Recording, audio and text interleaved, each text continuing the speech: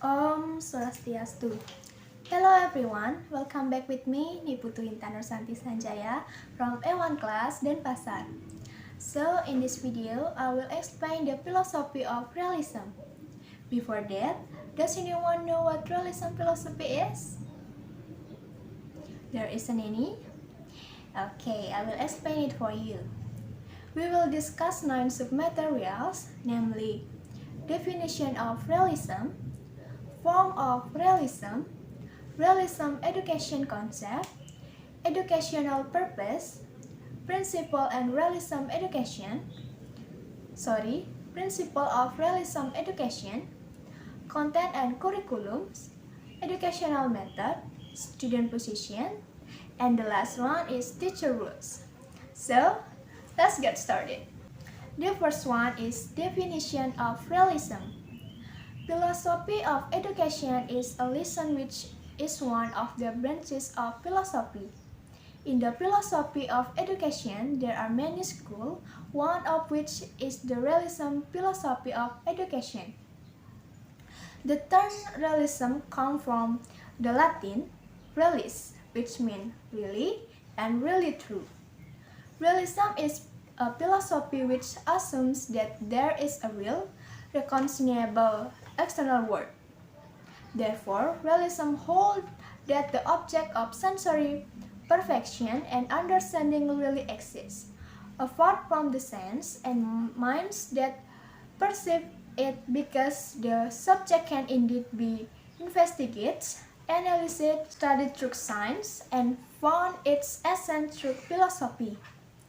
So, adherents of the school of realism philosophy believe that the objects of our sense are real or really real. For example, stones on the road make our motorcycle tires flat. Just experience it.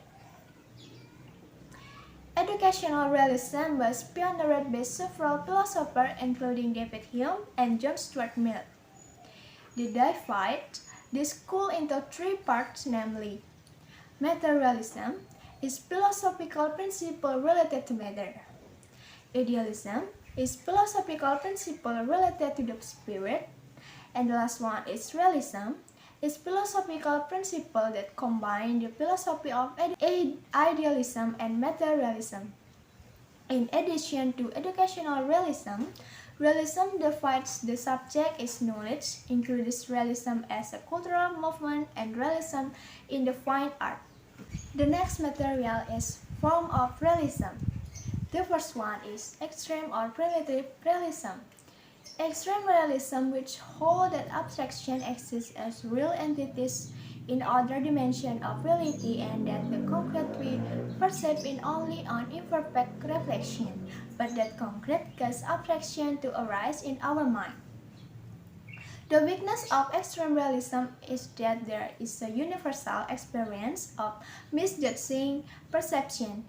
There is not explanation of imaginary object or hallucination because all perfection depends on the visual content.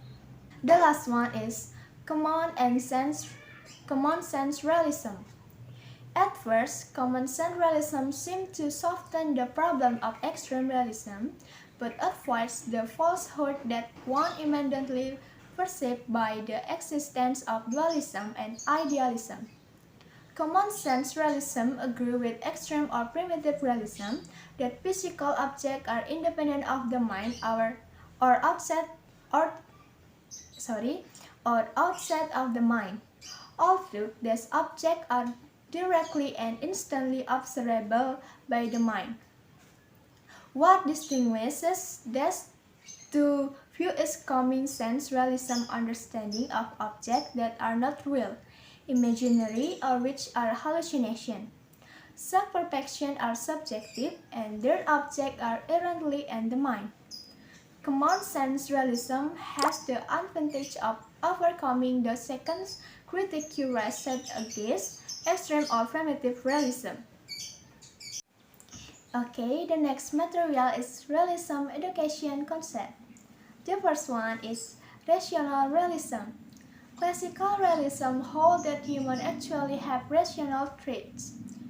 Thus humans can reach the general truth. The existence of good is the first and main cause of reality universe. According to Aristotle, there are universal moral rules that are obtained by reason and bind humans as rational beings. Meanwhile, according to realism, that really is seen nature and supernature. This philosophical view focuses on the nature of truth and goodness. Education is a process of self-improvement in order to achieve internal truth. Truth is not made but determined, and learning must reflect that truth. The second one is naturalism. According to naturalism, recognized knowledge is knowledge of night through empirical experience by way of observation or sensory observation. The followers of naturalism follow the empirical theory of knowledge, which say experience is a fundamental factor in knowledge and is the source of human knowledge. Education, according to the flow of natural realism, must be scientific, and the object is the reality in nature. The last one is critical realism. According to Henderson, all forms of educational realism agree that the educational process is centered on the task of developing man and woman to be great. Here, the knowledge that men get is no different from women's, as well as the right to education.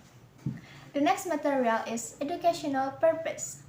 The implication is that education is a basic need and a fundamental right for humans, and an important obligation for all societies to ensure that all children are born with a good education. So that the goals of realism education are to adjust to life and be able to carry out social responsibilities. Education aims so that students can survive in nature world, gain security and live happily by providing essential knowledge to students. This knowledge will provide skills that are important to obtain security and live happily. The next material is Principle of Realism Education.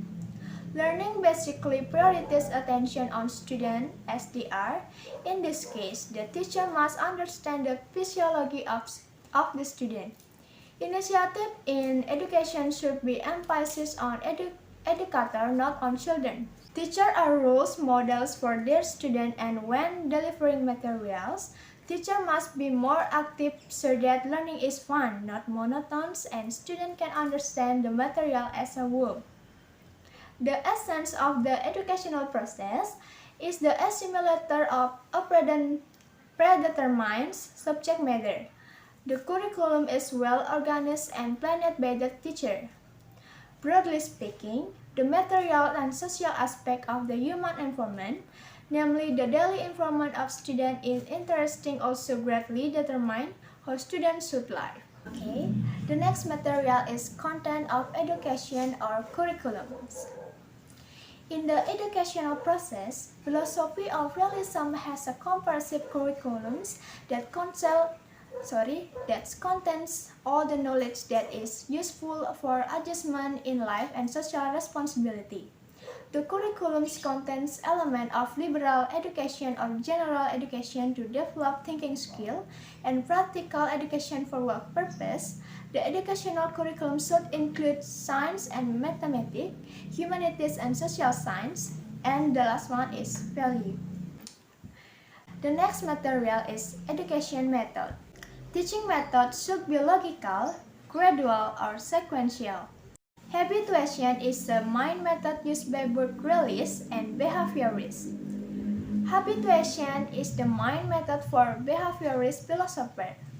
Teacher must use object methods by evaluating and providing types of tests that allow to accurately measure students' understanding of essential materials. The next material is student position. Students play a role in mastering reliable knowledge. Students must obey the rules and discipline because good rules are needed for learning. Students gain discipline through rewards and achievement. And the last material is teacher rules. The rules of the educator is to master the knowledge and skill of educational technique with the authority to achieve the educational outcomes assigned to him. The teacher determines the subject matter. The teacher must use student interest related to the subject and make the subject as something concrete for student to experience. Okay, I think that's all I can explain about the philosophy of realism. Thank you for your attention. See you. Om Santi Santi Santi Om.